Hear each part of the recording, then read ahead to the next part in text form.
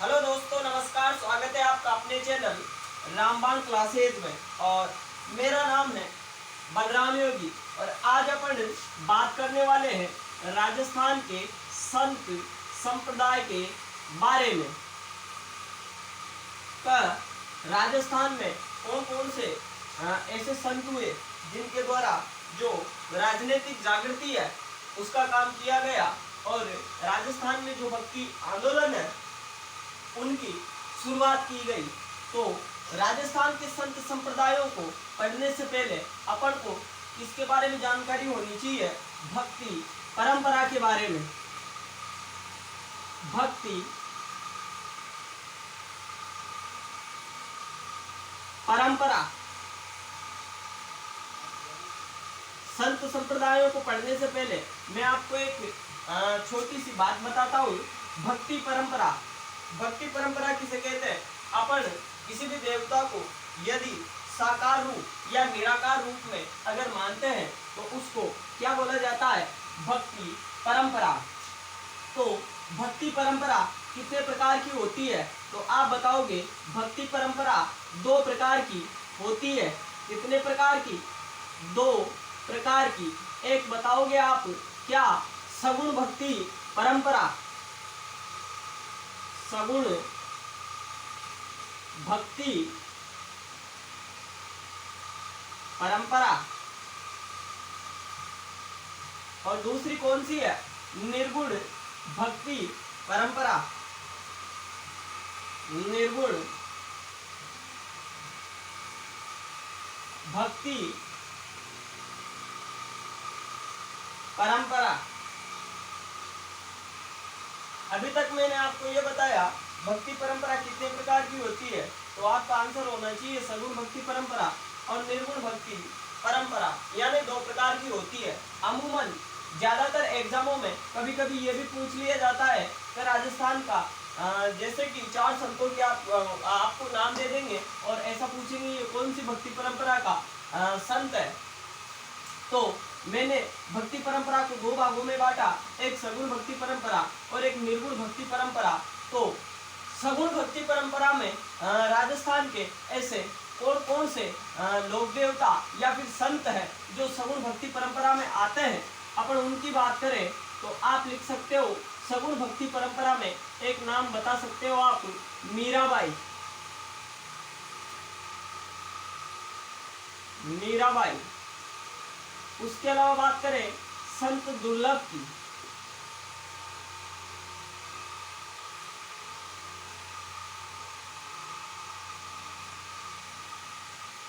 उसके अलावा तीसरे नंबर पे गौरी बाई।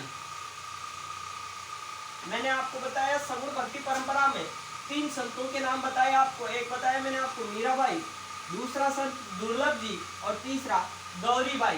ये तीनों कौन सी भक्ति परंपरा के संत है? तो आप बताओ कि सगुण भक्ति परंपरा के। और निर्गुण भक्ति परंपरा में कौन कौन से संत आते हैं? तो आप लिखना राजस्थान के शेष सभी संत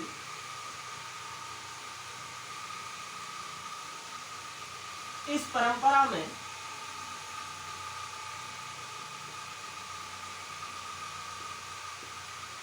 आते हैं।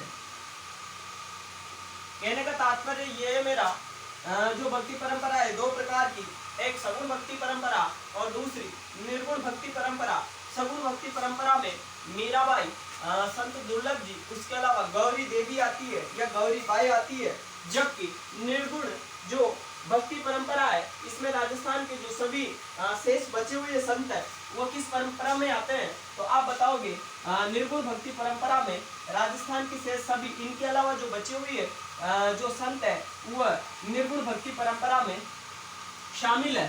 तो अब अपन जो राजस्थान के जो प्रमुख जो संत हैं उनकी चर्चा करते हैं, जिनसे जो प्रतियोगी परीक्षाएं हैं उनमें प्रश्न पूछे जाते हैं। तो अब अपन बात करते हैं संत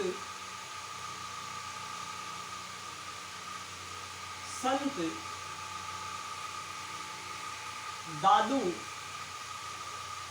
दयाल, संत दादू दयाल, इनके बारे में अपन बात करते हैं।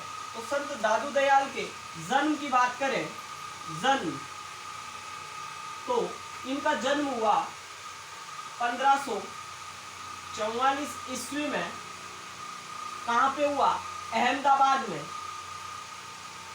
अहमदाबाद। मैंने बताया आपको संत दादू दयाल का जो जन्म है ये 1544 में अहमदाबाद में। और अहमदाबाद पड़ता कहां पे? तो आप लिख सकते हो गुजरात में। गुजरात, गुजरात में। लोदीराम, लोदीराम ब्राह्मण,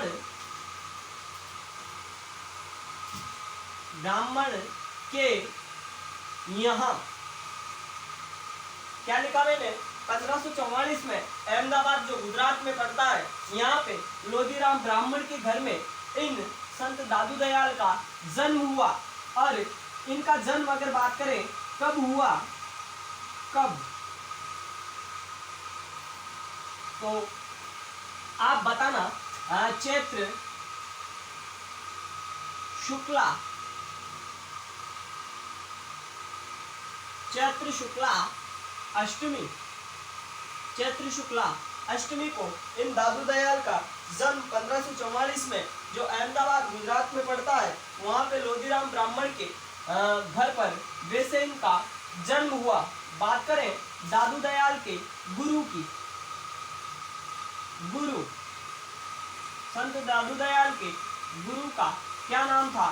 तो इनके गुरु का नाम था ब्रह्मानंद, ब्रह्मा। इनके गुरु का क्या नाम था?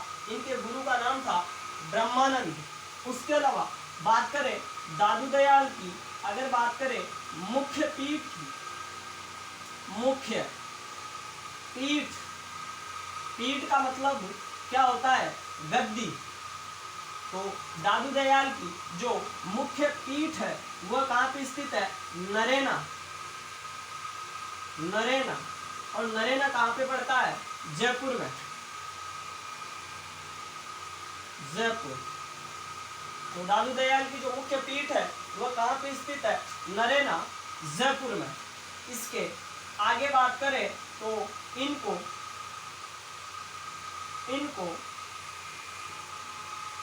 राजस्थान का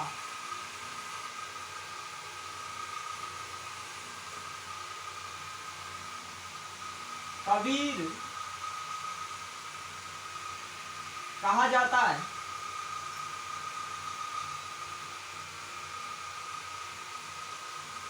मैंने क्या लिखा?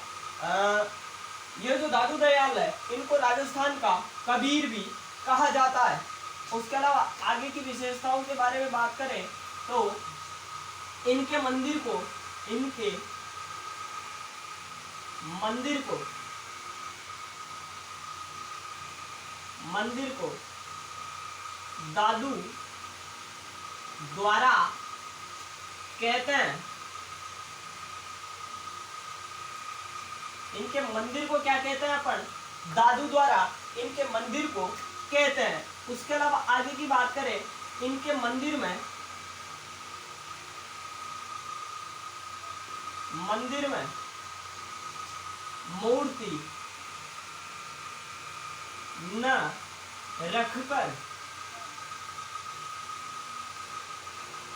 दादू वाणी ग्रंथ की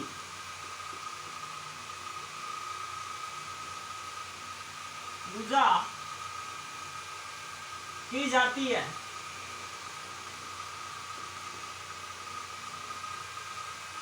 तो अभी तक मैंने आपको बताया संत दादू दयाल का जन्म 1544 में अहमदाबाद में, अहमदाबाद गुजरात में लोदीराम ब्राह्मण के यहाँ पे वैसे इनका जन्म हुआ। और जन्म आपको बताना है चैत्र शुक्ला अष्टमी को इनका जन्म हुआ था। गुरु का नाम बताया मैंने आपको ब्रह्मानंद। मुख्य पीठ कहाँ पे है? तो मुख्य पीठ है इनकी नरेना, जयपुर में।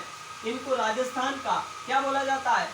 कबीर भी कहा जाता है। इनको अपन क्या कहते हैं, राजस्थान का कबीर। उसके अलावा इनके मंदिर को क्या कहते हैं, दादू द्वारा। और ये जो दादू दयाल है, इनके मंदिर में क्या होता है, मूर्ति न रखकर किसकी पूजा की जाती है, दादूवाणी ग्रंथ, इसकी पूजा की जाती है। जैसे कि आपने लोक देवताओं में पढ़ा होगा, जो देवनारायण जी है, जो देवनारायण जी है, इनके मंदिर में मूर्ति न रखकर क्या रखते हैं, ईंट रखते हैं और उसी ईंट की पूजा की जाती है। उसी प्रकार ये जो दादू दयाल है, इनके मंदिर में मूर्ति न रखकर क्या रखते हैं, दादूवाणी ग्रंथ, और इसी ग्रंथ की पूजा की जाती है। इसके अलावा आगे की बात करते हैं, तो आप इसको नोट आउट कर सकते हो। इसके बाद अपन आगे की बात करते हैं।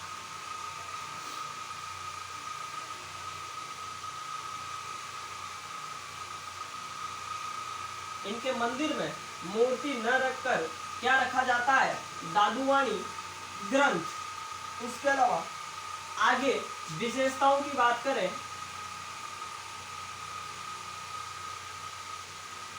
मैंने आपको बताया इनके मंदिर में मूर्ति न रखकर क्या रखा जाता है, दादूवाणी ग्रंथ। उसके अलावा दादू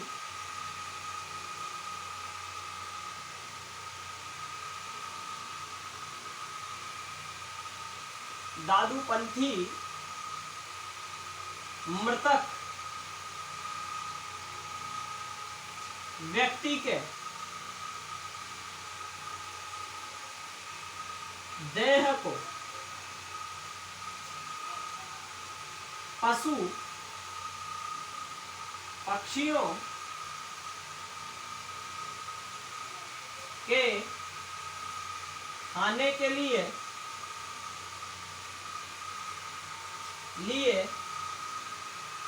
जंगलों में फेंक देते हैं। मतलब कहने का तात्पर्य ये है मेरा, दादूपंथी जो मृतक व्यक्ति का जो शरीर होता है उसको जंगलों में फेंक देते हैं। कहने का मतलब न तो ये शरीर का दाह संस्कार करते हैं और न उसको मिट्टी में दफन करते हैं।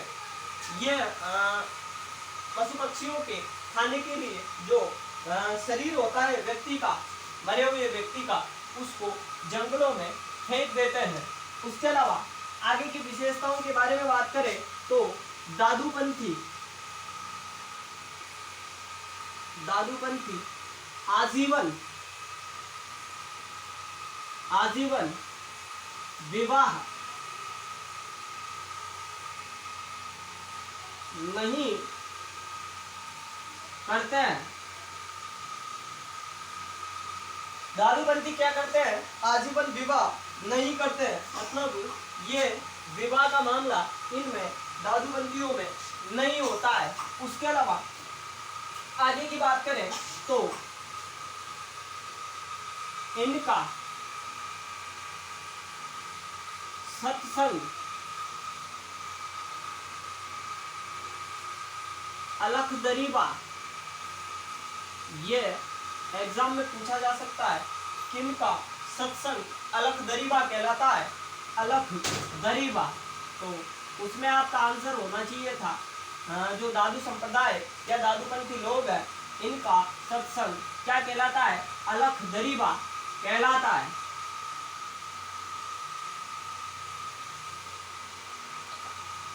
जो दादूपंथी संप्रदाय के जो सत्संग होते हैं उनका जो सत्संग है वो क्या कहलाता है, अलख दरीबा कहलाता है। उसके अलावा बात करें अपन जो दादूपंथी है, दादू या इनके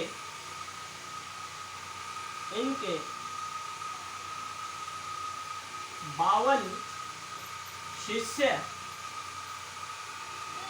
इनके 52 स्तंभ कहलाए।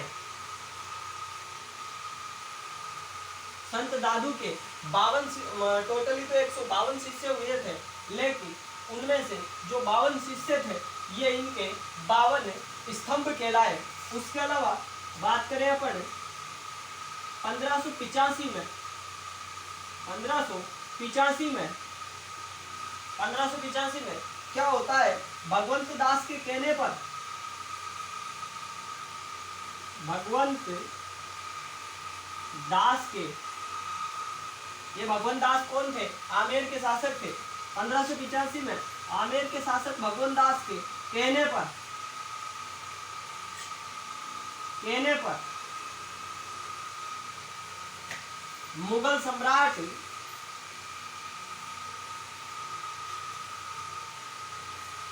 अकबर ने फतेहपुर सीकरी में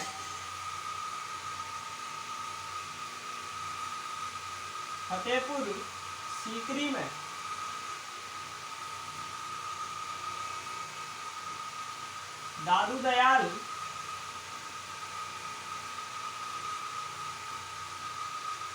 साथ भेंट का अर्थ मुलाकात की।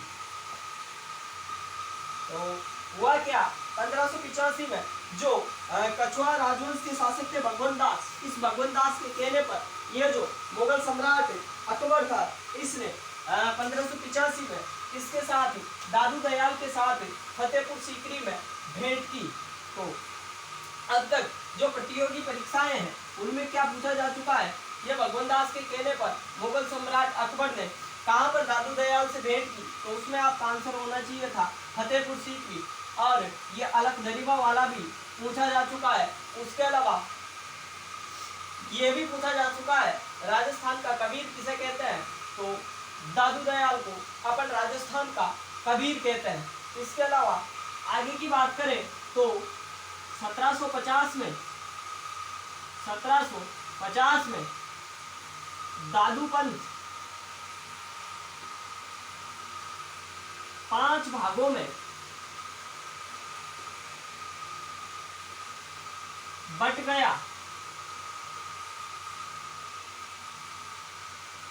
1750 में ये जो दादू पंथ था ये 5 भागों में विभक्त हो गया था।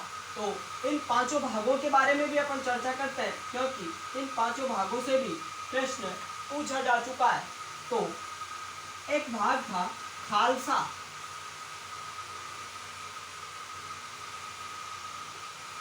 दूसरा विरक्त, तीसरा उत्तरादे, चौथा खाकी और 5वां था नागा। तो 1750 में जो दादू पंथ संप्रदाय था या जो दादूपंथी थे ये 5 भागों में बट गए थे। एक भाग बताया मैंने आपको खालसा, दूसरा बताया मैंने आपको विरक्त, तीसरा बताया मैंने आपको उत्तरादे और चौथा बताया मैंने आपको खाकी और 5वां बताया मैंने आपको नागा। तो दादूपंथी मृतक व्यक्ति के देह को पशु पक्षियों के खाने के लिए जंगलों में फेंक देते हैं। दादूपंथी आजीवन विवाह भी नहीं करते और इनका जो सत्संग है वह अलख दरीबा कहलाता है। और संत दादू दयाल के कुल 152 शिष्य हुए, जिनमें से 52 शिष्य इनके 52 स्तंभ कहलाए। और 1585 में भगवंत दास के कहने पर मुगल सम्राट अकबर ने फतेहपुर सीकरी में दादू दयाल के साथ भेंट की और 1750 में ये जो दादू पंथ था ये 5 भागों में बट गया था। 5 भाग कौन से बताए मैंने आपको, खालसा, विरक्त, उत्तरादे, खाकी और नागा। इसके अलावा जो संत दादू दयाल है, इन दादू दयाल के बारे में और बातों की चर्चा करेंगे अपन अगली क्लास में। आज की क्लास और अभी के लिए इतना ही। धन्यवाद। आप लोग ज्यादा से ज्यादा इस चैनल को सब्सक्राइब करना और अपने दोस्तों के साथ में शेयर करना।